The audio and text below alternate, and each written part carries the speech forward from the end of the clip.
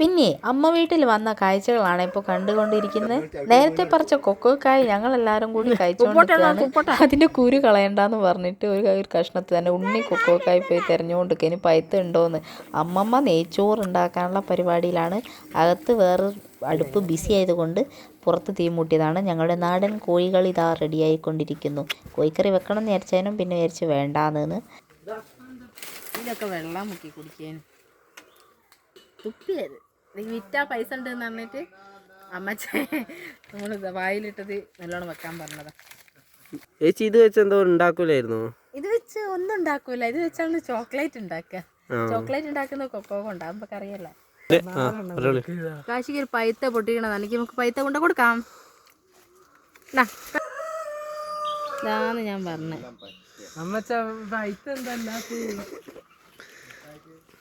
കാശി ഇവിടെ എന്തോ ചിന്തയിലാണ്.